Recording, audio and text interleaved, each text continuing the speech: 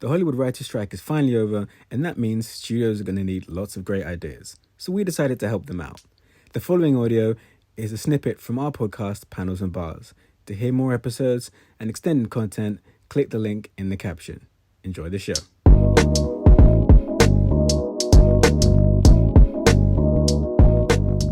Rosie, for those that don't know about your work, could you please let everyone know what it is you do and where they can find you? I am a writer. I write at websites like Nerdist, Hollywood Reporter, Den of Geek, and I basically write about everything: comics, movies, horror movies, anime, manga, all that kind of stuff. Awesome. Well, thank you so much for joining us and being Pounds and Bars' first guest. Do we have like a scope? Is this like any movie that we want to see ever, or is it within like This a is framework? any movie, any cast. You can do. No, seriously, you can do the Punisher musical directed by the Coen brothers. Cool. Okay, so I don't know how much of a well-known character he's going to be for those at home who are casual comic book fans, but I went with. Okay, so I've got two. So one is kind of boring, and it's Brian Michael Bendis' Secret Wars. For those who know Marvel, there's been a few Secret Wars. There was the original Secret Wars, which was made to sell toys. The last Secret Wars, which was, I think, just to get the continuity back in some kind of order that was respectable. And then there's Brian Michael Bendis' Secret Wars, which is probably more famous for having the most insane, erratic shipping schedule of all time than the actual story. But it's essentially a story where Luke Cage, Spider-Man, Daredevil, and Wolverine all slowly realize they were part of a special ops mission made by Fury that none of them remember because Fury's a dick and he just wiped their memory. And he did that with the help of Maria Hill. And so I would love to see that done because it's got a bit of espionage, it's got a bit of political thriller to it, and just all the character work involved in it. I think if you've got the right guys, especially Samuel Jackson, who's really not been given anything to do in the MCU, you could actually show how good these guys are at acting. And so my choice is I'd probably get the Russos to write it, but I would get Catherine Bigelow to direct it. Because if you look at everything she's done in the kind of military action genre, she can make stuff which is really big budget and blockbustery, but it also is really character driven and you actually care about these people and the consequences. So I'd probably, I'd have those. My Spider-Man of choice would be Andrew Garfield because he is my Spider-Man. Wolverine, I don't really care who you cast as long as he's a good actor. He has to be sure. Obviously, keep you got no one for Wolverine. Yeah, I mean, like you got no ideas, nothing. I mean, put Danny DeVito in it. I don't care. I don't know who is short and hairy right now who could be him. I don't know. It's probably gonna have to be an unknown. Mm-hmm. So yeah, just put it in Variety. We're looking for a Danny DeVito type in his 30s. And there you go. Maria Hill, I think Colby Smulders is like, she's good. She's not really been getting anything to do, so keep her in the role. Daredevil, Charlie Cox if he wants it. Luke Cage, who's the guy who is the lead actor in Moonlight? Let me Google that. But that's the guy I was thinking of. He's not super ripped, but he can. Do you not like Netflix Luke Cage? Is he getting fired? I mean, he's fine, but I don't think he actually has that much range. I mean, I don't really think he has that much to do, right? Like, maybe he's got loads of range. I'm sure I saw him in something else where he was good. Trevante Rhodes. Yeah, Trevante. That guy has range. He's really good looking. I think he could pull it out the hat. So I'd put him there, to be honest. I would like to see a younger Luke Cage. I think like the problem with casting Mike Colter, apart from the fact that he's an uncle in real life, is they wrote him as like an uncle. So it's like they have all that weird respectability politics and blah, blah, blah, which actually, ironically, is kind of not at all what Luke Cage was about because he was like basically a blaxploitation character. This is it. And if you look at the kind of the origins of his origin, he was really taken advantage of. He should be really angry. And he's just kind of like, I'm fine. Everything's good. I'm just in the barbershop. It's like, dude, be angry, be pissed. In fairness, I think that his Luke Cage is very much in line with current comic book Luke Cage. Like it is, like since him and Jessica had the baby, that's been And there's nothing wrong with that. But I feel like he has no teeth as a character. I also feel like a lot of that stuff that I love. Brian Michael Bendis has written a lot of really brilliant stuff, but I would like to see like Luke Cage based on like writing by Black people. Yes. Because I do think that some of the Jessica Luke stuff has some weird fetishization in the comics, and I don't that didn't necessarily translate over to the show fully, but like I would just love to see like if that was going to happen, the kind of Marvel Knights-esque take on Secret Wars, like I'd love to see like a black director if Luke's going to be like a main character, black writing team. It would be really cool. I would be very open to that. And I actually think you're going to probably see the 2015 Secret Wars. That's probably going to be one of the next big MCU events. So I wouldn't be surprised if they brought in... I would like it to be R-rated for mine. So my next choice... So they ain't gonna do that. They won't, but fuck it. You know, this is our dream. These are our dream pitches, right? So they can be whatever. So my next one. Yeah, that's fair. Yeah. I don't know how well known this character is for casual fans and people in the mainstream, but my next choice is Slapstick. So for those who don't know him, Slapstick is a Roger Rabbit type character who is literally a walking cartoon clown, and I would have them do it like that. I would have him be cel shaded, surrounded by a live action cast. So my choices for writers, I would have the script written by Donald Glover and Phoebe Waller-Bridge, because I think they're two of the best mainstream comic writers right now. In terms of the director, I would have Brad Bird, because he's proved that he knows animation and how to work with animation numerous times, but he's from the Mission Impossible films, shown he knows how to do action as well. So that would be my choice. And I know with these things, ever since Aladdin, there's kind of this massive pressure to like, we have to have a star-studded cast. But I think if you're going to have something which is this animation focused, you should just get someone who knows what they're doing. So I'd get Tom Kenny to voice Slapstick. Yeah, that's really cool. I interviewed Ben Schwartz from Sonic, Parks and Rec, and he plays like and he was and Sonic. Yeah, he voiced Sonic. His dream character to play is actually Slapstick. Get out. Apart from he wanted to, his dream was really to play Spider-Man because he's Jewish and from New York, but he's old now, so he's left that one in the past. But yeah, he like pulled out Slapstick comics, I was on the chat with him for this Disney movie. So I think a Slapstick movie might not be too okay. Far you know what? Off. That's the funny place. I'm recasting. We're putting Ben Schwartz in the entire role because I love him. I think he's really funny. He would love that. He would be whack him in there. And he did Sonic. So there you go. Yeah, we know he's got voices. Yeah, he can do it. We are in a place where like any movie could happen or any show because we've literally just seen like they're deep in the barrel now. Like exactly. they are literally looking around being all like we got a New Mutants movie. Like I can't. I mean, I quite like One Division that was taking from some of the weirdest stuff. I mean, they had a reference to Wanda's like cow mom, like Bova. So really, I'm like.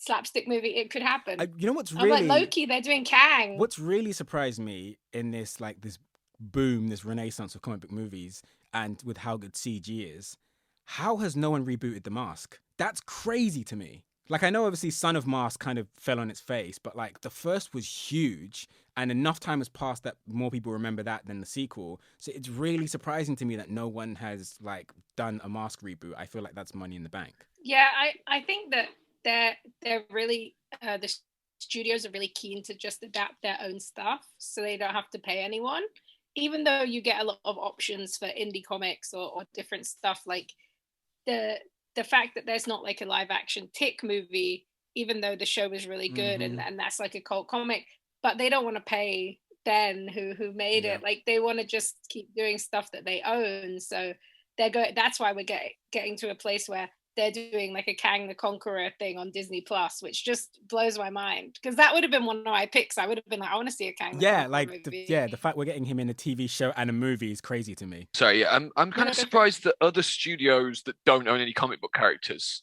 aren't going for like The Mask or whatever. Like somebody must already own that in Hollywood. I think New Line still probably owns a bit of a tonal issue. Yeah.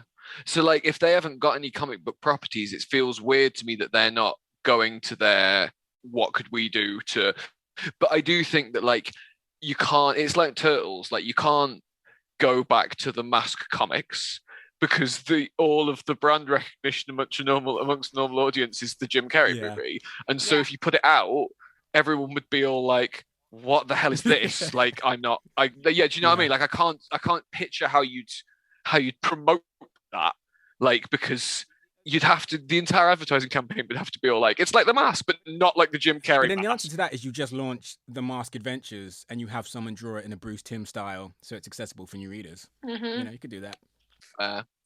Yeah. Also as well, I do think that the whole like dark, gritty superhero thing that kind of studios really like. It's easy to fit some of those older indie comics like The Mask or The Max or even Teenage Mutant Ninja Turtles, though Nickelodeon owns it now, so they're never going to do this. But those have that space to fit into that world.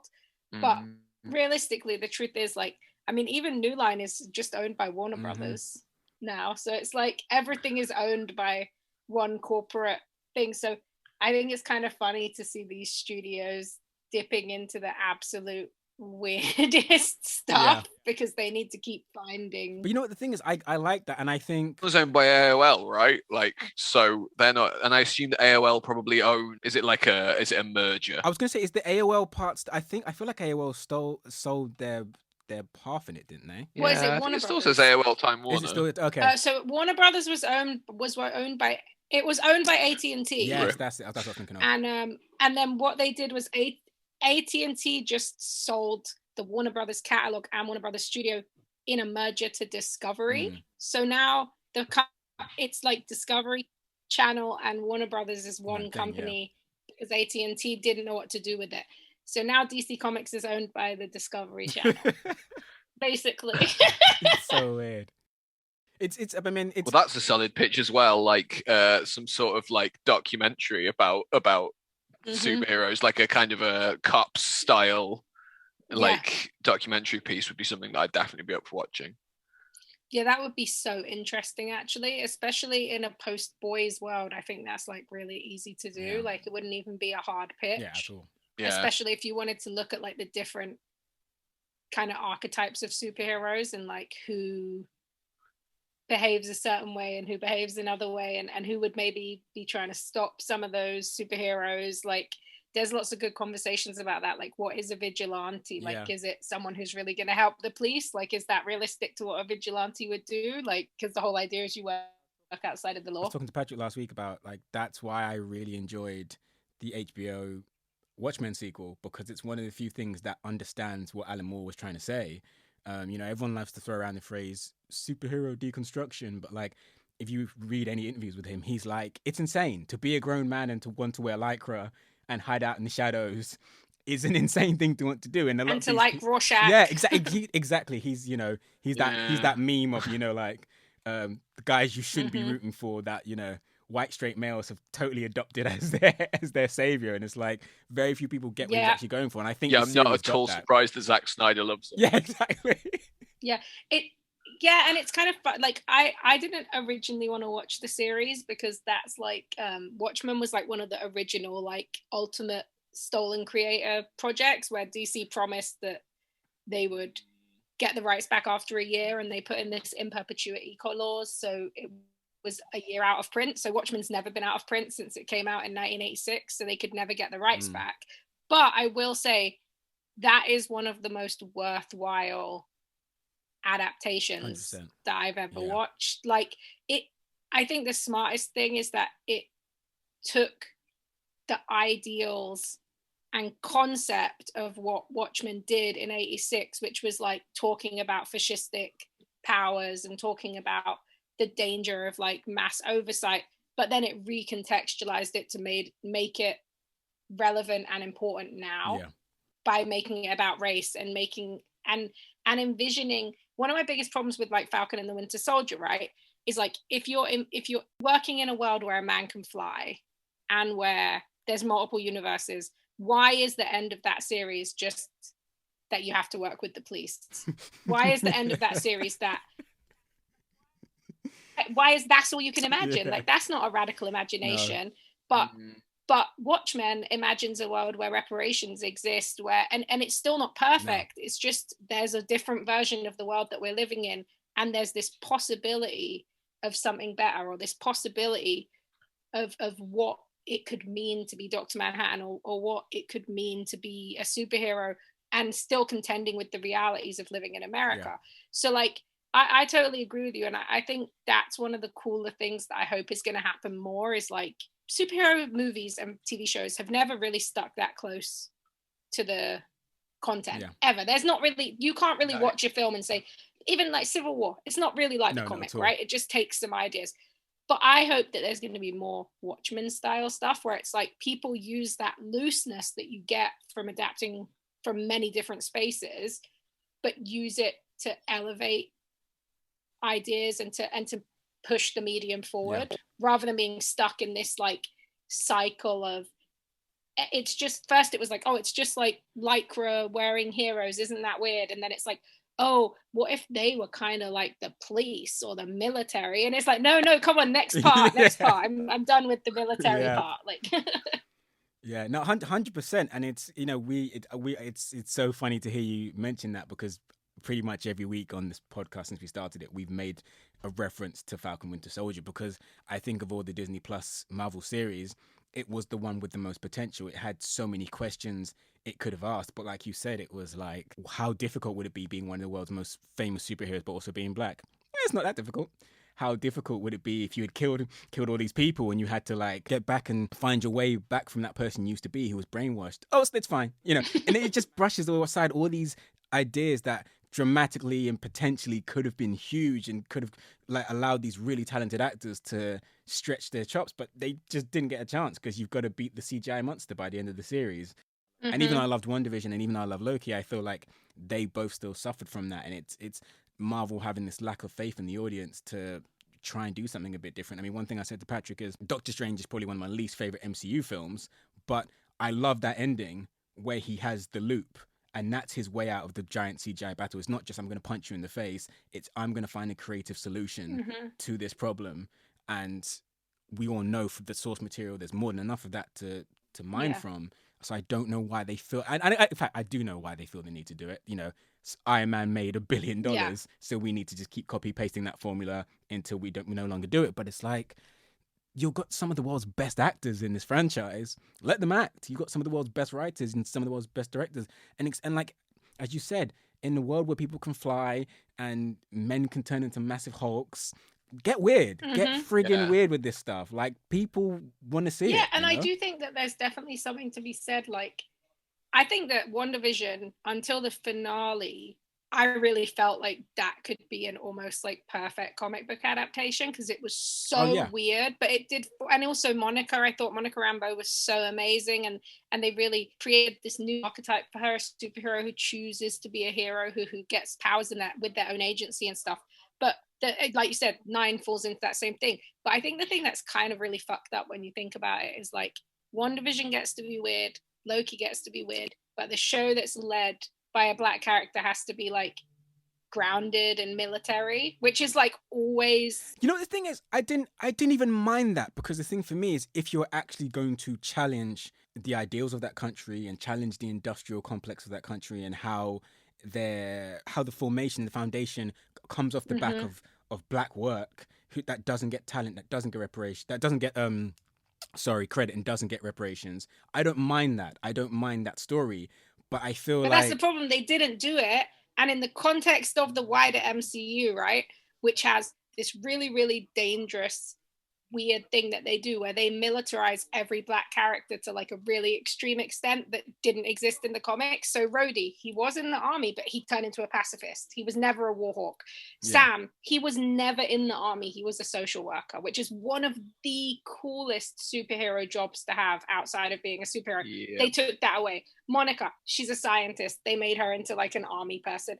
They always do it. So I think in that context, the fact that like Loki gets to have like an hour-long episode, right, talking to his own, like a different version of himself, and all this like deep contextual, like metaphysical ideas of self. But like you said, Sam and even Bucky, you know, he's there. Like, they could have had an episode like that where they got to talk about what's it like to be the biggest, like the most famous superhero in the world and be black. And Bucky could have talked about being, but they never got to have that space. It had to be like explosion. And also, I have beef with that show on a personal level much deeper than anyone else, because I love Isaiah Bradley in the comics, and I love Truth, Red, White, and Black. It's like phenomenal. One of my all-time favorite comics. So for me, the way that they wrote out Isaiah being, and the fact that they wrote him, they decided that he was never Captain America, and they wrote that out, and they wrote out like the more realistic ideas about how they never really put the blame on the government in the same way that it is in the comics. So I thought that was very sanitized, and I also thought the ending where it was like Isaiah is... He's at the museum now. Yeah. I was like, he didn't even want his name known, but now he's in some museum full of stolen shit. Like, I was like, no, like, okay, so that's actually, you know, that was one of the things I was thinking about. I would like to see it. I love Carl Lumley, and they made him look a lot older, so I would actually love to see a real... I've been saying Isaiah this to Patrick movie where for years. And you could have Carl play him, because, like... Exactly, yeah. He is not that old. They olded him up in the movie. And like, you could do a real truth show that actually, or a film that actually deals with the Tuskegee style experiments that they did on this 300 black soldiers. You know, you could look into how, I mean, like, it's such a huge monumental storyline, and that could be a really sick R-rated, like, war movie style MCU book film, and I just think that would be so powerful. There's an issue of, I think, Young really Avengers rectify, in my opinion, how they can, and also they took away. I was going to say, so there's an issue of, I think, Young Avengers, where Steve has a conversation with Patriot, and just basically apologizes and owns it, and you know, says, because in the comic, Steve knows. Yeah. Steve finds out, and he gets Isaiah the suit, and he gives it to Isaiah. You know, in the film, they wanted to make it so everyone loves Steve, so they're like, oh, Steve didn't know. He had no idea any bad things ever happened, because he's such a lovely guy. I was just saying, it's the same problem I had with Black Widow, which is, you know... Yeah, oh, well, don't even get me started. Yeah. For years, they built up this, she and Clint did all these terrible things, and they need to wipe their ledger clean. And then it comes to the movie, it's like, well, other people made her, and she didn't really want to do it. She's a good person. It's like, make up your mind. She thought she blew up a kid. Too. Yeah. I mean, that whole movie is, well, I got a lot of stressful feelings about the Black Widow movie, but, like, I totally agree. And I think the issues that they have is, like, they make these characters into these sort of... There's no gray area. These marketable, they're like toys, you know? It's the Batman thing that they got, the Harlequin creative team got told that Batman couldn't give Catwoman head because, like, you can't sell toys. The heroes don't do that, you know? And they become that, and then they lose any concept of, like, humanity or complexity or layers. And that's the issue, is, like, if you're trying to sell a Black Widow toy, then you have to give her, like, some weird tragic... I never liked Black Widow in the movies. I mean, in the comics, she's barely got much, and she's like a spy, and that's cool. But, like, I didn't like her in the movies anyway. But that movie for me was just like, I couldn't believe it when I saw the good reviews. I was like, this is just not for me, man. Like, me it's so ham-fisted. I also think there's something very suspicious about. Yeah, I think there's something very suspicious about the way that they decided they were going to, like, diversify it by making all the Black Widows, like, basically people of color, and then just having her kill a bunch of them. I was like, you know, I was like, why didn't you just do it like John Wick, which is always my go-to, how you do a brutal action movie with a white lead. Well, a white passing lead. Keanu's not white, but in that movie, in many action movies, you are up against, like, a gang, and they're either Latinx or they're Black or they're from South America. So everyone who gets killed is a person of color, right? But in John Wick, they're like, no, they're Russian gangsters, so everyone who gets killed is white, and you can just enjoy them being killed, and there's no weird racist white on white violence. White on white violence, it's okay, we're okay with it. But, like, I felt like in Black Widow, her backstory has always been this weird Russian secret spy. Why didn't they just keep them as white people? Like, how come the first person she killed was Asian, the next person she killed was Black? Like, every woman that she had to come against was suddenly a person of color, and I was just like, this is the kind of idea of, like, inclusion, or, like, where they cast loads of background characters and they don't really think about what they're doing, and it's very annoying to me. Also, that Nirvana cover where it's like they're playing a Nirvana cover at the beginning of the credits over some children being trafficked. It's so bad. I was like, what is wrong with you? I was like, who? I didn't say anything about it on. I don't have Twitter anymore, which has been a blessing.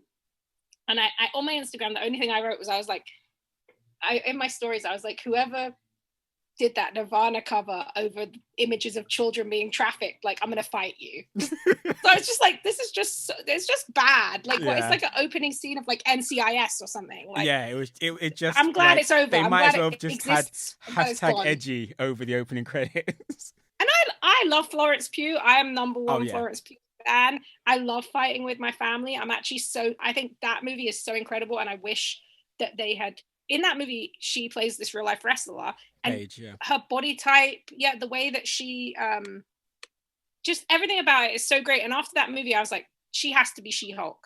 I would love to see like a black She-Hulk, maybe like a someone who's really tall, like a Gina Rodriguez or something. But like, that's not going to happen. So I'm like, Florence Pugh She-Hulk. So when they cast her to be this like new Black Widow, I was very upset, but she's really great in that movie. She is great. That movie would suck 10,000 times more if she wasn't in it. But my question is, how long is it going to take them for them to pull a Wanda and just slowly have her accent fade until she's American in the third film? One movie, one film. Next time we see her, exactly, because they'll just say, "Oh, she got snapped. It's been 5 years now. She speaks in an English accent."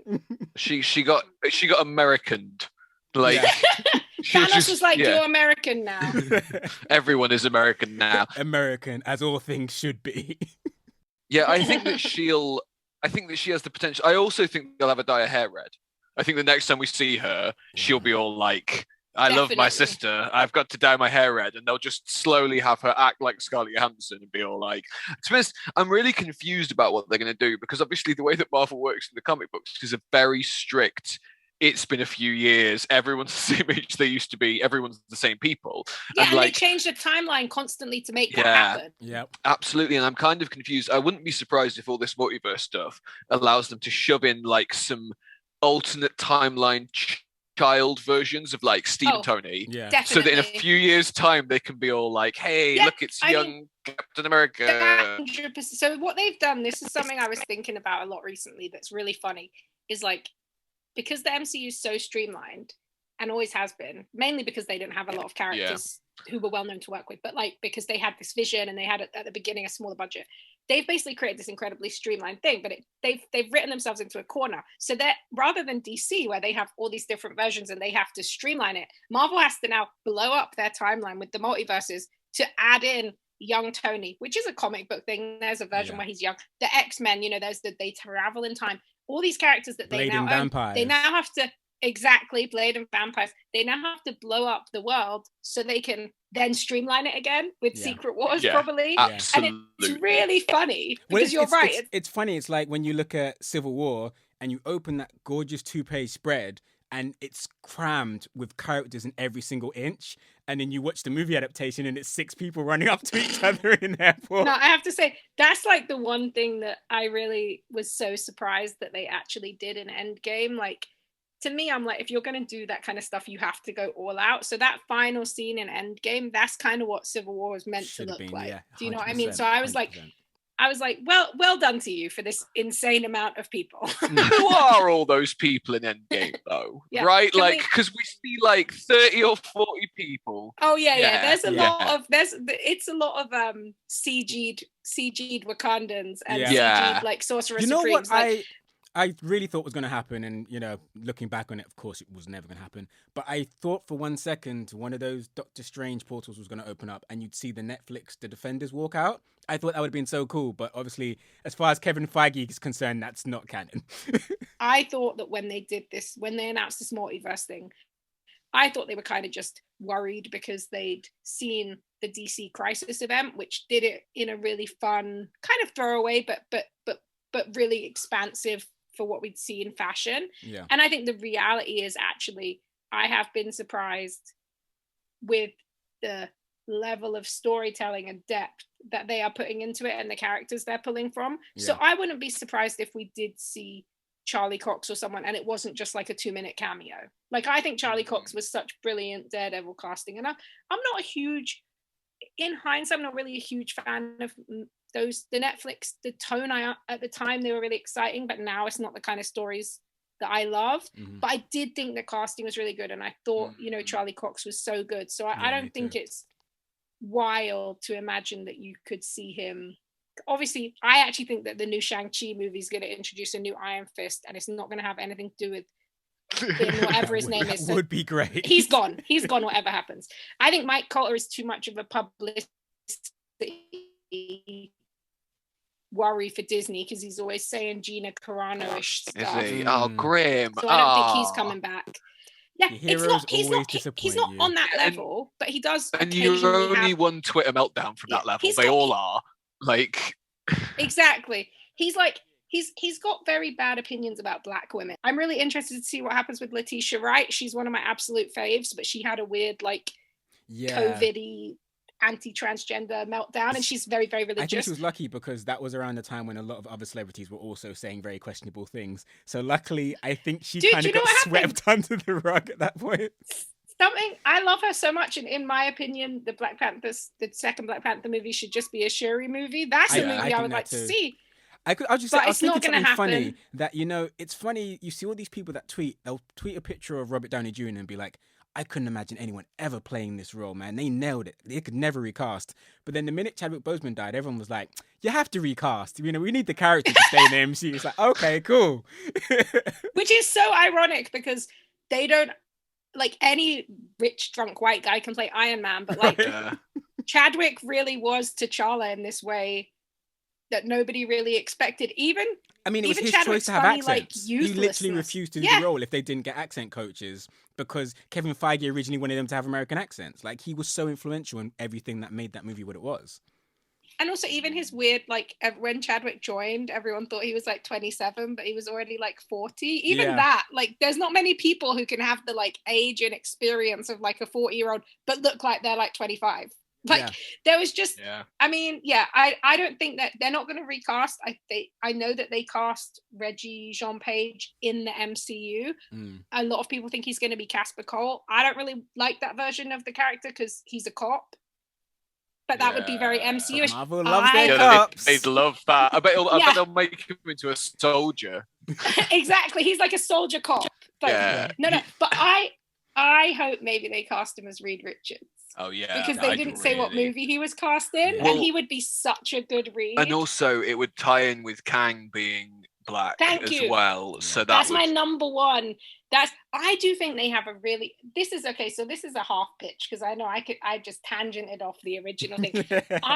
I'm loving this. It's great. I just love talking about this stuff. I could talk about it all day, but I could definitely see a world where you use the Fantastic Four as a space to make a Black-led superhero movie, where basically you have Kang. We already know he's Black, and he's the descendant of Reed's dad, so Reed is Black, and then Doom is Black, and you just have those three as your key. There's no reason that couldn't be a thing. There is none. However, because of all the negative reaction against Michael B. Jordan for Fantastic, I just think Feige's going to play it safe, and I could see this being John Krasinski. And if they do that will be the corniest thing. My gut says this is the realistic thing. I think someone like Raoul Cooley from Bly Manor, who played Owen, I think that they will either do a Black Sue. They'll do a person of color Sue or a person of color Reed. And I think Doom is I think that now they know there's going to be just as much backlash if they do Emily Blunt and John Krasinski. That's the thing. People, in Fantastic time, there was a lot of trolls. But now there's a lot of trolls, but there's also a lot of people who are like, well, I don't really want to watch this movie if it's just going to be for white people. And they're not, I don't think they're so worried about the monetary issues because it's Disney and it will make money. But I do think they're setting a very dangerous but just corny precedent if they do Marvel's First Family and they're all white. It's just corny. It's just corny to me. Okay, so I want to ask you guys this question. It kind of fits in the pitch, but this is one of my recurring things I'm thinking a lot about. How do you do Magneto now? Because he's too old to be a World War II survivor, unless you're doing a Krakoa style thing where he's been in an egg, been reborn, and he's been reborn, and he's been reborn, and this version of him still has this memory of his family in Auschwitz. How did they do that? Because I'm so interested. Still have mutant concentration camps. You could write a world. But that's been a thing. it's not really got the same kind of connotations. And the thing is, I think that if you try and make him a Jewish survivor now, then you're going to get into some Israel stuff that they're never going to go near. This is never going to happen because of Ike, who's like a fucking ex-Mossad guy, right? The guy who has the biggest amount of money in Disney, and used to own Marvel. But how it would be really good if they did it where it was like Magneto was like a Palestinian Jew. That would be incredible. They would never do it. They would never do it, but that would be incredible. So these are my other ideas that will never happen. He was in Guantanamo Bay, and he's Muslim. And he can be a Muslim Jew too. Like, I think you could have a really cool Magneto if you're going to do the whole. I think the thing that's most likely that's going to be really corny.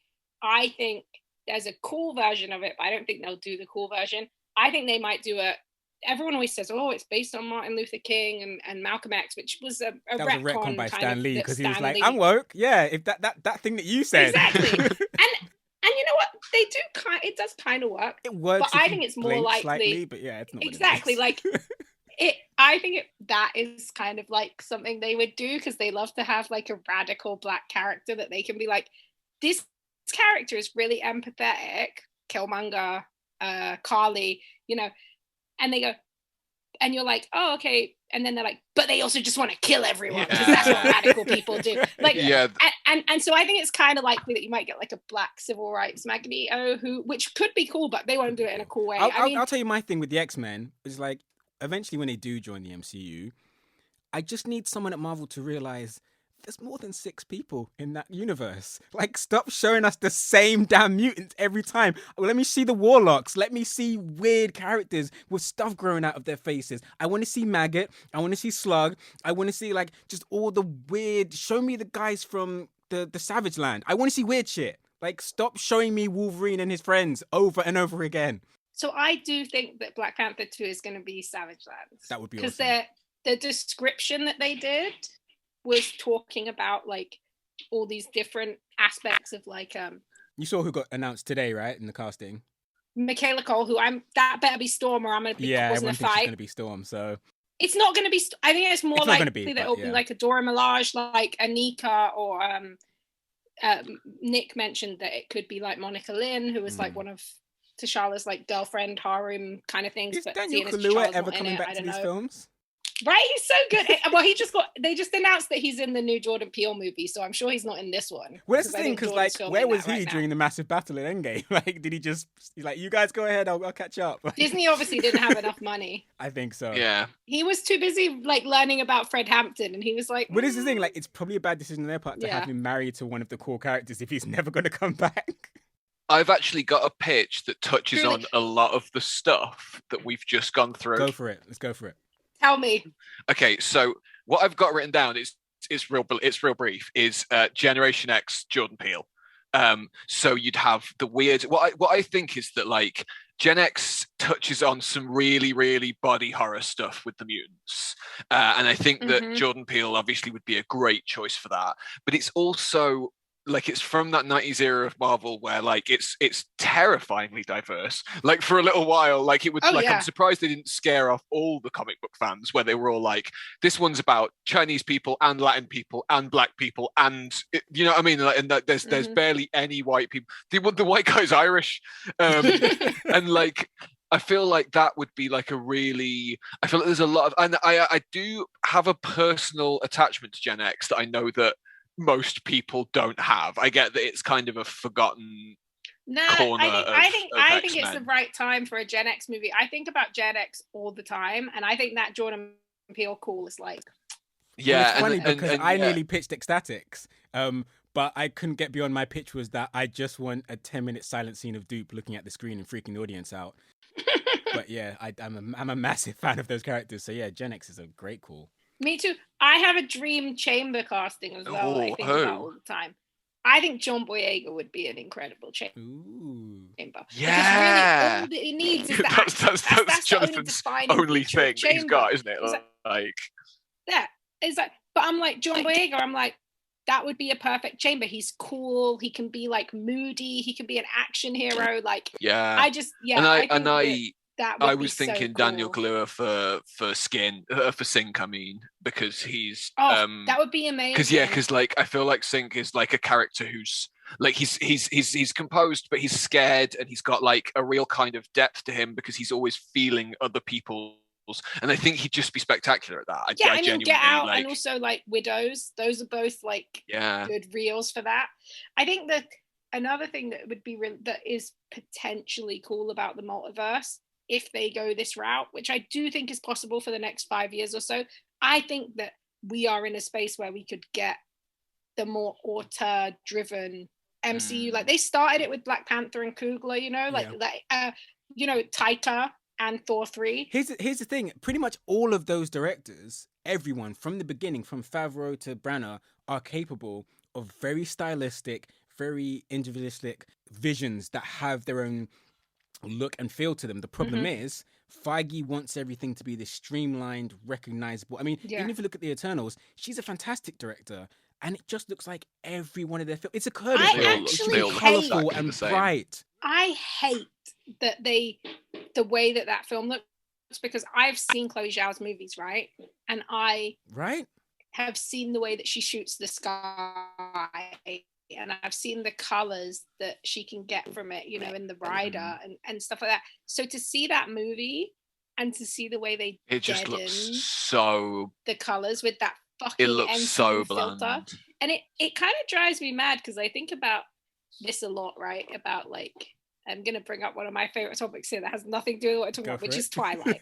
But I think a lot about how people rag on Twilight because it's like for girls. It's like teenage the world girls, right? hates anything. It's also girls. Exactly. And you know what? Those movies, I've been rewatching them because they're on Netflix. Absolutely wild, just bonkers shit. Like that, and I get it. It's not for everyone, but something that people rag on all the time. Each one of those movies has this filter that gives it like a different color, right? So the first one is very cold and blue. And personally, I actually think the first movie is a pretty legit, like $5 million genre indie movie. It's very, very funny, and it's terrible acting, but it's why shouldn't that exist in the same space as a million Bruce Willis straight to DVD movies? Yeah, but the funny thing is, people critique the way that Catherine Hardwicke and use this filter. But I'm like, have you seen a fucking MCU movie? Like they have this one filter that they put over everything that makes everything look the same, unless you're lucky enough to be Taika and you're doing a movie they don't care about, or you're Ryan and they're like, well, we don't know if black superheroes sell, so you can kind of do whatever you want, and if it does well, like, good for you. But Guardians has got a bit of a look to it as well, kind of. It's got some sort of personality. You know, Guardians was like, I remember that came out before the new Star Wars trilogy, right? And I remember going to see it and just being like, visually, I don't see how you make a better modern space drama, because it had this really cool cosmic look. I have to say, I'm not a huge Guardians fan. I used to think the best James. You know what? I don't like Chris Pratt I don't feel like the characters really work for me. But I do think it was a cool, necessary addition to the MCU. It added the funny kind of anachronistic music. It added a personal style that some of them hadn't really gotten to have before, outside of Favreau setting up the original style. I really like Nebula. Is what I'd say. I really like Karen Gillan's version of Nebula, so and like I really would like to see more. I'd like if she got a TV show. Like, I agree, because also I think in Endgame they did such an unreal job with her. Like she got to have such an incredible arc, and Karen Gillan is so great. And I'm just like, I was like a bit.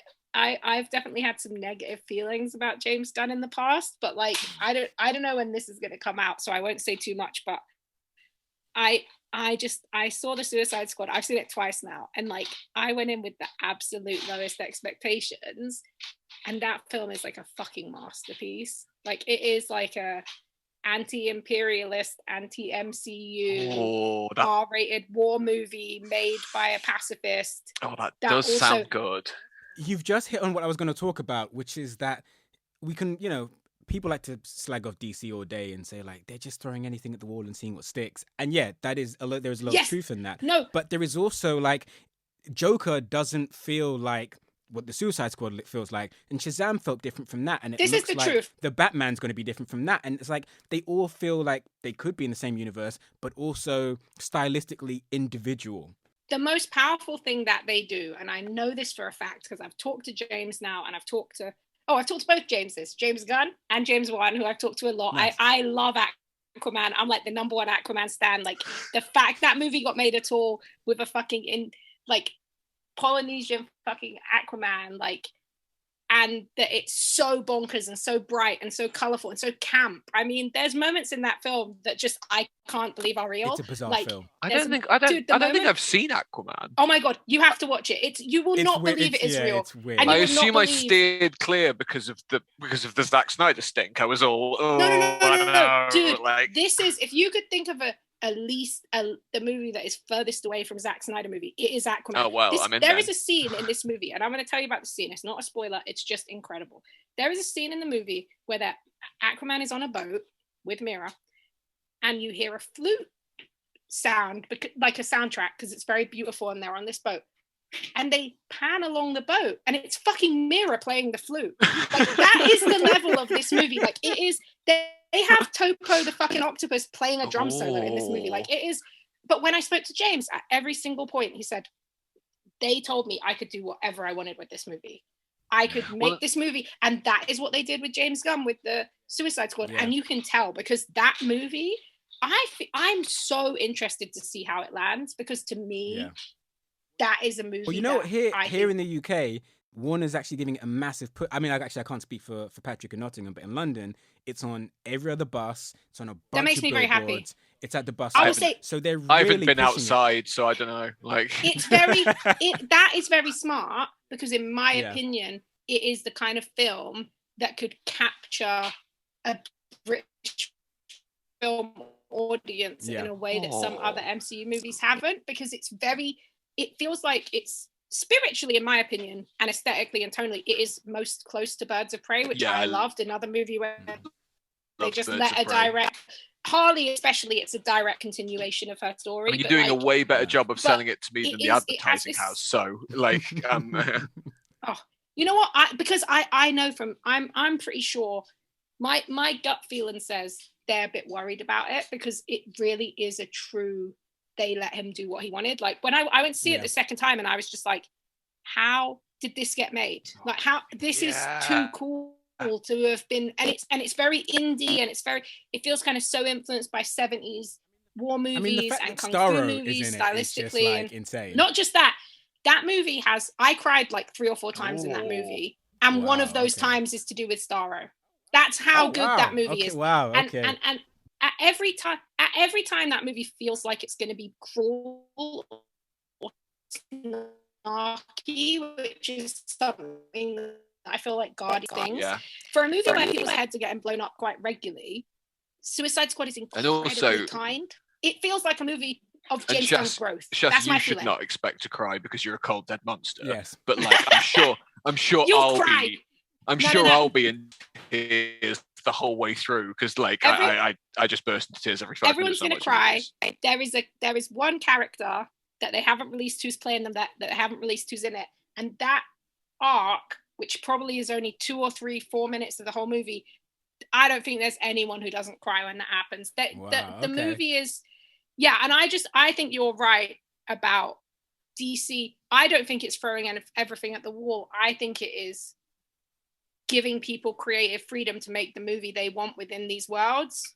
Because their movies aren't bland. Like, I was gonna say, you guys probably know this, but like, Ava was supposed to be the initial director for Black Panther, and she was saying that when she sat down for a meeting, she was actually super excited, and she said to Feige, "Oh, I can't wait! I've never directed action before." And he said, "Oh, don't worry, that's all taken care of." Oh yeah. So allegedly that happened.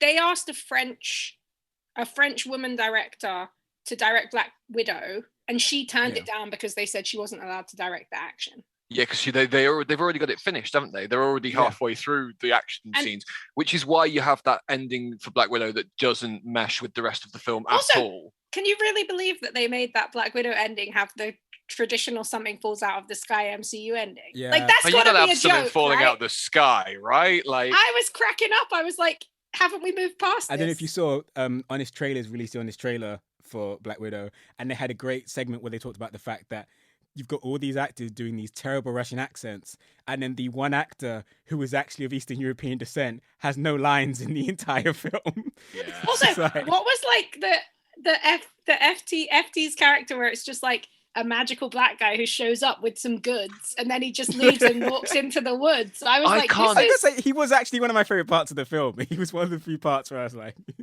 I can't handle how English he is. Like, having watched seasons of The Handmaid's Tale where he's got like a beautiful American accent and he's just Luke. And then like I saw a behind the scenes thing in The Handmaid's Tale. It's like Idris Elba when I saw him for the first time outside The Wire, and it's just like, I'm not ready for you people to be that English. Okay, I'm gonna tell you something though. But this will be my last Suicide Squad thing. Idris Elba. Okay. 10 out of 10 best performance he's ever given. He's spectacular, isn't he? Like, he is incredible, but trust me, if you I love Luther, right? And I love The Wire. Yeah. But I feel like in his films, he hasn't been given that space to touch on that. And this Suicide Squad is where he gets that space. He was really good in I love Mr. Ali, right? I love Mr. Ali, but I think Idris should have been Blade, especially when you think about the fact that Blade is actually British. I think he would have crushed it. Okay. I think he would have crushed it. This is one of my... I had like 50 pictures for this, but this is one of my ultimate pictures. A real British Blade, based on black and white Blade, set in the 1920s, where Blade is raised by sex workers and a fucking black jazz trumpeter. That is like so cool. How is that not...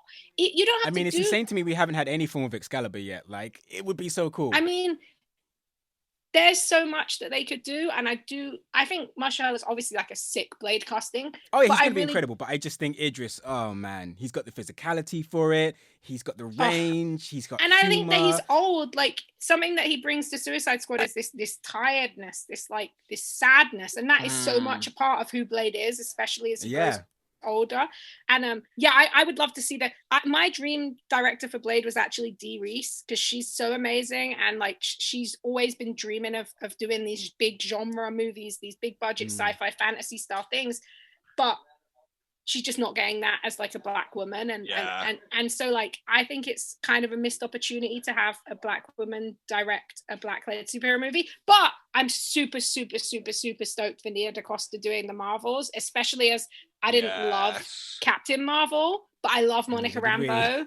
And no, so, like I feel like Captain Marvel, I really like the idea of it, and then there were moments in it that were really beautiful, and then it spent quite a lot of time being all like, remember the 90s? And I was a bit like, but like, remember the 90s when it was cool to be in the army. Light, you know what I mean? Like, well, I mean, I think that the thing with the army, because we've touched on that a few times, but like they get loads of money from the army, don't they? And that's why it's so disgustingly militarized. They get so much money, and it's so gross. Like, usually it's like they get the money, right? But for Captain Marvel, the fact that they aimed it towards children and then ran a Captain Marvel themed recruitment ad at the beginning, I was like, that's too much. There's a documentary about it, and the only movie that didn't get funding from the military was, I think it's The Winter Soldier, and it's because Cap questions the military, and then once they cleared up that no, don't worry, it was secret Nazis. Fine. Secret Nazis. The military was like, here's your money, Marvel. Keep shilling that propaganda. It's like, come on, man. I mean, it's kind of bonkers when you think about it. Like, I'm sure that in 50 years, maybe if things have moved in a better direction, there will be a lot of critical thinking about this. That, well, I think that, and the way it's used, because like, you know, something like Top Gun, you can laugh because you're like, this is actually hilarious that they thought this gay shit was gonna like make people want to join the army, when really it's just going to make people think that joining the Air Force means you're going to get laid by like hot men in short shorts playing volleyball. Well, maybe it did make people join the army. Oh, it did. I know, that's the craziest thing. It's like, but the wildest, but like the MCU is like a 10, 12 year military advertisement. It's so bonkers. But the thing is, Marvel's always been into that. I mean, Marvel made those comics for Northrop Grumman, you know, the weapons company and stuff, and the constant video game funding from gun companies is something that I'm consistently like, I think in like 30 years time we might all be looking at that and being all like, it is insane that like so much money was being poured into video games by people who sell guns in Walmart. That's like the army recruitment centers where they would just set up arcades of like with Call of Duty and shooting games, right? To like draw in kids, and you're just like, that's not good. So like I don't want to suck DC's dick too much, but I don't know if you've seen recently, they released a mandate, which is that none of the publicity for action figures can contain weapons, and the stuff they do now, which is going to be Walmart and Target exclusives, won't have weapons in them. You'll only be able to get them from the direct market with weapons. That's pretty cool. So basically, and it's I think that's fair. I think it's a good step in the right direction. Well, I also think that doesn't surprise me because like Suicide Squad, I really do think is like that's like an anti-war movie in my opinion. So I'll be very interested to see if that follows through in more of what they're doing. Well, I think also aside from the Gen X one, I've on my list of imaginary movies, I've got nothing Marvel, because although we've talked about the MCU loads, I find it all a bit like I think that the space that DC gives people to experiment means that you can imagine a weird DC movie much more easily. Like I've got Andy Samberg Plastic Man down. I don't have anything beyond that. Okay, but like... I was gonna do a callback, but Ben Schwartz had actually written I think it was Plastic Man rather than Elongated Man. Yeah, I think it was Plastic Man. He's the one who was a bank robber, right? He started off. Yeah, Plastic Man's the silly one. So he'd actually written a Plastic Man script as well. Like he really was trying to get in there. But Andy Samberg as Plastic Man, 10 out of 10 would watch. That's a great show. Yeah, like I don't have a director. I don't have anything else. I've just got those three words. That my slapstick movie would have been soundtracked by Grizzly Bear, because I don't feel there's like enough Grizzly Bear music out there. So I've also give the people the jobs. I've also written down Studio Ghibli Crypto the Superdog, and again I have nothing beyond that. But like. Yes. Take my money now. In my mind, it's silent, honestly, and there's just it's just Crypto on his adventures. The fact the fact that there aren't more animated superhero movies, it's really weird. That are getting a big screen release. It upsets me on a personal level. Especially Studio when Ghibli type Spider-Verse is the best thing ever. It's the best Spider-Man movie. Yeah. Imagine if they did a Studio Ghibli X-Men movie. But it's just about like kids studying and like playing baseball or barely any powers and barely any powers, and there's like one kid who's trying to find their powers, who's obviously a girl, maybe it's Jean Grey or something, and the whole movie is really just about being at school and talking I would be all and getting over that space to breathe. That's my ultimate dream project, which I was like saving for the end of this, which is basic, but it's like I don't, Miyazaki is too much of a G. No. He's never taken that Disney money to help, get something made. But one thing that we've said a couple of times is that it's really weird that they haven't get it. Like I know it's veering a little bit towards a different thing Disney owns, but how is there not like a Pixar Droids movie, like a Star Wars movie? It just makes so much sense. And also like I have up and down feelings about Pixar that are usually contrary to what other people think, but like I watched Luca thinking I was going to be ragging on it, right? Because like I'd heard this like secretly get like queer baiting. I just thought that movie was fucking brilliant. Like I loved it on like every. I haven't watched. It's really gay. Whether or not the guy realizes it's gay, it works as a beautiful analog for queer awakenings, and I'm sure that it also works for people on a friendship level. But you know what is so powerful about it? It's so simple. It's got beautiful settings. It doesn't play too much to this idea that Pixar's really for adults. Like it's so good. And when I was watching it, I was like, if this Pixar team made a Superman movie about Clark as a kid, and it's just about him growing up, and you end it maybe when he goes to Metropolis, like that would just be so powerful. Like stripping it back down to these archetypes. But my gut feeling says there's some kind of distinction for some reason. Maybe people at Pixar said it, maybe people at Disney, but for some reason they are not willing to cross that stream yet. It just doesn't seem like it. And they just announced they're going to do a Marvel Studios animation studio post What If. Look, I'm really looking forward to What If. I'm really looking forward to What If in terms of the stories they're going to tell. In terms of that animation style, it looks, I have to say, I don't know why they keep doing this. It just looks like a motion comic. Marvel had this really bad phase in the zeros where they would release a movie, charge you $20 for it on Apple, and it was just a motion comic. And I feel like they're bringing that same energy to What If. And I'm like, just get the guys who did the original Fox Kids series and get them back. Yeah. Give them a massive budget, because those do you know what? No. Those series look great. Be careful what you wish for, because when you actually rewatch the animation, it's terrible. It's like 6 frames a second. It's like... Give me another pitch, dude. All right. So again, this one's... I wasn't sure what we meant by comic books, and I've tried to stay clear. But did you guys watch Battle Angel? Did you watch the awful Robin? Don't even get me started on it. Yeah, so it's a terrible adaptation. It's disgusting. Offensive. Robert Rodriguez one. Yes. Yeah, I did. So what I've written here is Battle Angel Denis Villeneuve, or Villeneuve. I don't know how to pronounce it. My gosh, that's a great call. But yeah, his because the comic is the manga is deep and long and miserable and violent and existential, and the movie takes the worst bits of it, the bits that are saleable and that you can sell to an audience. It puts so much stuff from the first 3 books into that one movie. It just squeezes them all in there, and so you have to cut all the supporting cast and anything. There's the manga is just full of moments where people just sit and look at things, or they look at the city, or they have a brief conversation about the cat they used to have or whatever, and all of that stuff has to just be sliced out so that you can have more. But yeah, I would love to see any kind of sci-fi director. I'd take a Neil Blomkamp version of it, you know what I mean? Somebody who can do who can do the setting justice, because she's fun in the series, but she's not there's lots of long sections where she is asleep, or they replace her with another version. I think the big thing in the movie that really, and maybe I was reading too much into it, but they really push her having this infantile mind and her almost being a child and how she's discovering the world.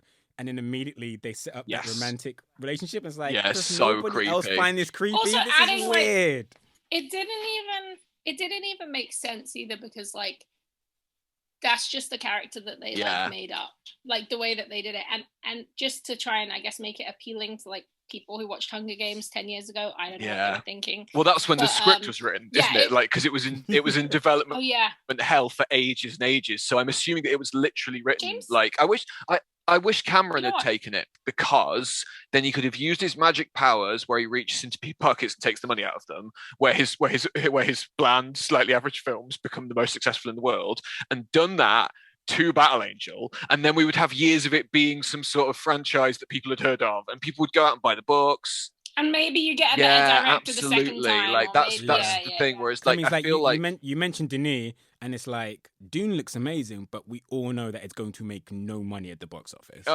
Oh yeah, I can't wait for that film. It's going to be such a giant failure. In fairness, though, I really like when we were talking earlier on about weird films from DC. I really like Cloud Atlas. It's not a good film. In many ways, it's wildly offensive in quite a lot of ways, but it's such a spectacular failure. Do you know what I mean? It's always just fun mad to see a huge flop like that. There's about to be a new one coming out soon, because Disney made that Jungle Cruise movie, which obviously is to advertise and it's got The Rock, and he's wearing short shorts. But the thing is, I naively assumed that Disney had learnt their lesson about these live action movies, and I assumed that for a movie like that, your budget would probably be $50 to $100 million, because you can probably make that back at some point on VOD or whatever. They spent $1 billion. That movie cost over $200 million, and there is just no way they're making that back. You know why? It's because they still foolishly hold on to the fact that Pirates of the Caribbean made a lot of money. They think they're going to get another Pirates of the Caribbean. Yeah, but the difference know is it's not going you don't have the difference is Pirates of the Caribbean. That is a trope that has long been done. There's been pirate movies since the fucking 20s. Yeah, so it's a proven formula. And all you're doing is you're making a version of that with, at the time, one of the biggest stars in the world, with a director who understands how to make rip-roaring action adventure or whatever, It's not, nobody was going to see that movie because they loved the pirates. Well, maybe 2%. Yeah, but no, it wasn't. It was, I think that, it's I assume that most people didn't know Jungle Cruise, that it was a ride, right? Exactly. I'm like Jungle Cruise. I think you underestimate weird Disney adults. They account for a big market. Yeah, that's fair. Yeah, they are. Yeah, like. I'm like, they didn't come out to see Eddie Murphy's Haunted Mansion movie, and they love that ride. True. So I'm like, this is true. Well, it's because they were in line for the Haunted Mansion. That's why they were busy. I love Emily Blunt and The Rock. So I'm like, I would like to be pleasantly surprised, but I'm mostly just waiting for that movie because I'm like, how is this going to make its money back? I think it'll be a Lone Ranger, won't it? Mm-hmm. Oh, the Lone Ranger. All right, so I've got one more pitch. It's very long, so I'm not going to read the entire thing. I got a bit too deep and wrote like a treatment. But essentially, it's David Fincher's Gotham Knights, right? So the pitch is there's never any Batman films about being a fucking detective, ever. None of the Batman films about being a detective. They're all about punching things. So it's Batman by way of Seven, essentially. Love it. I've got Michael Fassbender as Batman, Jessica Chastain as Batwoman, Barbara Gordon. I have Daniel Day-Lewis as Commissioner Gordon written down, but then when I started writing the story, I was all like, I need Commissioner Gordon. Javier Bardem as Edward Nygma / the Riddler. Oh shit! And then Naomi Watts as Selena Kyle, Andrew Garfield as Dick Grayson, and Sir Anthony Hopkins as Alfred Pennyworth. I love Anthony Hopkins. It's literally what I'm picturing is a scene where Anthony Hopkins gives one of those speeches where he tells somebody that they're fucking stupid and really full of themselves and vain, and that they should pull themselves together because, like, I don't think there's anybody in the world who does that as well as him, right? Like, and for my liking, all the Alfreds we usually get are a bit nice.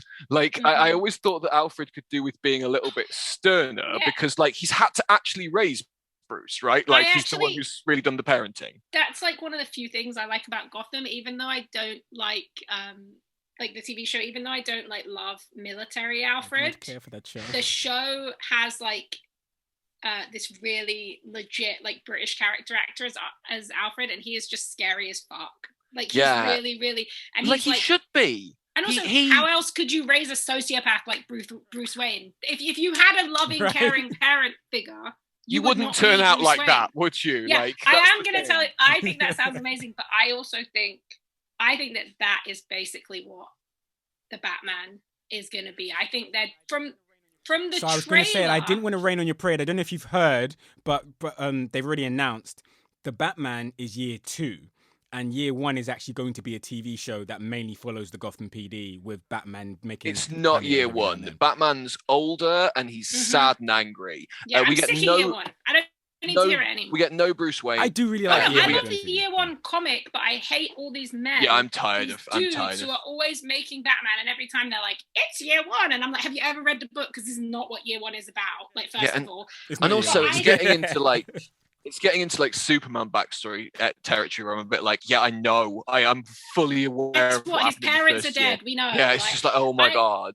I do think that I would love to see Detective Batman, and I'm kind of excited because it seems like the new movie is going to be Batman having to be a detective to solve these Riddler serial killers, which is actually kind of similar to. They did that in a Telltale game where Riddler was a Saw-esque serial killer. Yeah, that's kind of what I'm thinking. In fairness, Riddler's not important either. What I've got basically is an outline for a story where Batman is old and miserable and has given up on being Bruce Wayne. And he's sad because Dick gave up on the idea of being Robin and bailed, and he's training to be a lawyer. And then he's got Barbara, who's there. She's still Batwoman. She's basically doing his job as well as him, but he can't quite accept that she's the one who should take over because he can't. His colossal, endless vanity means that he can't accept that the boy who looked like him isn't the ideal replacement. Dude, this sounds amazing. You should keep this one in your back pocket. You never know when someone's going to need a new Batman script. Or a new Batman comic. Well, yeah, that's what I think. Well, I always think of it. It makes me sad now, obviously, but I always think of that interview with Ben Affleck where they talked about how he'd been offered the idea to do a Batman film, and he'd gone along and been all like, "I got a script, guys. I've already written a Batman film. I wrote it years ago because I love Batman." And It makes me really sad especially because Ben Affleck would probably be better than what we got from Ben Affleck's Batman. I mean, anything would be better than what we got from Ben Affleck's Batman. But I have to say, I have yet to find the contemporary Batman. Apart from, I like a lot of the animated Batman stuff. The Batman Ninja Turtles movie is surprisingly great. It's like the Bat Family movie that I never knew I needed. It's great. I love it. It's so good, and it's also a really great martial arts movie because they give all the different characters different fighting styles. But I don't even really, I mean, I know this is like sacrilege, but I really don't even like the Nolan movies. Now in my age, I'm just like, it's not for me. Okay. I like Batman. I like Batman in the comics. I still love the Tim Burton Batman movies because they're weird and they're dark and they're gothic, all the stuff I like about Batman. But I want to see that. The reason that I'm excited for the Matt Reeves Batman movie is one, because Robert Pattinson as Batman is like genius cursed casting. Yeah, that's going to be spectacular. He is so unreal now in these wild roles like Good Time and High Life and stuff. Well, and even in smaller parts, he brought Tenet to life in a way that nothing else did. And also, I will never ever be able to tell him how grateful I am for adding the gay subtext to that movie. Yeah, it is so gay. Much. Oh my god.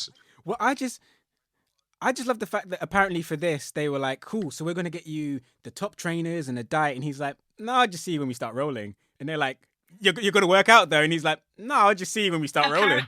The rumors are that him and Matt Reeves are not getting on well, and I think it's because Matt Reeves doesn't surprise me at all. I spoke to Matt Reeves about his Amazon show that he did that was based on this series of art photos, which was really interesting, and he was very open to me and just started talking about Batman because we were talking about humanism and storytelling, and he clearly has this really cool vision for the movie, right? But I feel like the studio system doesn't necessarily understand the reason people have been getting these great performances out of Rob is because he's working with these auteurs like Claire Denis or the brothers the Safdie brothers, and there is a freedom in those kind of performances and a space to, and I don't necessarily know if the stifling studio system of Batman is going to be the space for that. But then again, Tenet was made within the WB system, and I do agree with Pat that is but he's the best thing about that movie. Even if he hates making it, the one great thing we're going to get is he'll probably do another terrible director's commentary like he did for the Twilight series. The dream. And I watched it recently. About those. It's so good. Well, my hope is... His commentary is fantastic. It's so good. It's just a blessing. We watched it not even a month ago. Me and my friend Jazz were watching it, and it's so good. But my hope is that even if it's a creative struggle, I would love to see. I think that Christian Bale as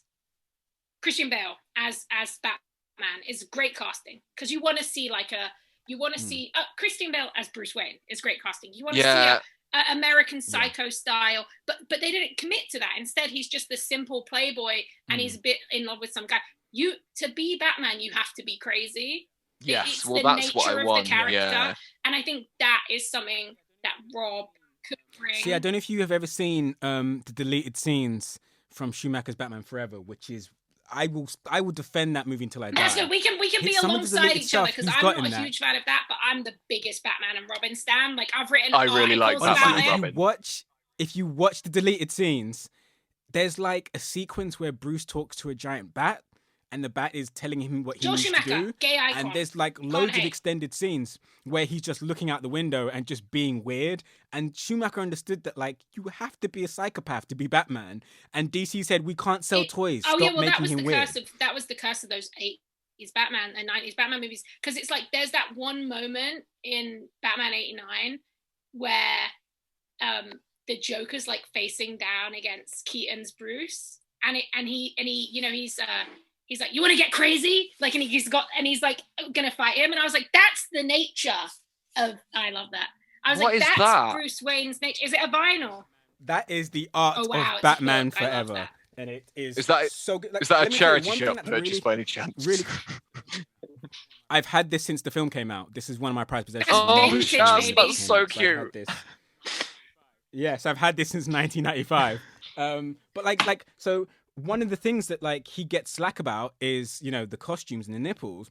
But when you read his thinking behind that, it was based on old Centurion uniforms and you know, and costumes. And it's because Batman is modern iconography, and he was trying to reinterpret that. And people don't understand that there was so much love and art went into that film. But also people, even in the 90s, and I mean, even now, but people were so scared of embracing the thing that made Batman popular when it was the 66 show, which was the homoeroticism. Like, that's always been there. It's super gay. You're never, nobody's ever doing a cool, realist. The closest thing actually is Titans, which I'm like a diehard stan for, because I just think it's very brave. Me too. But no one really is. Give me Rainbow Batman. Like, nobody has really bothered to do like a kid living with Batman, right? The DC Titans show on HBO that used to be on DC Universe is the closest thing where you have teens. But if you're doing two adult men who dress up in costumes and go out and beat people up and live in the same house, that shit's gay. It was so gay that in 66 they had to add Aunt Harriet to be like, she is a woman living in this house, so these men are not living alone. Like, that is legitimate. And I think Aunt Harriet will stop them from having sex. Don't worry. Yeah, don't worry.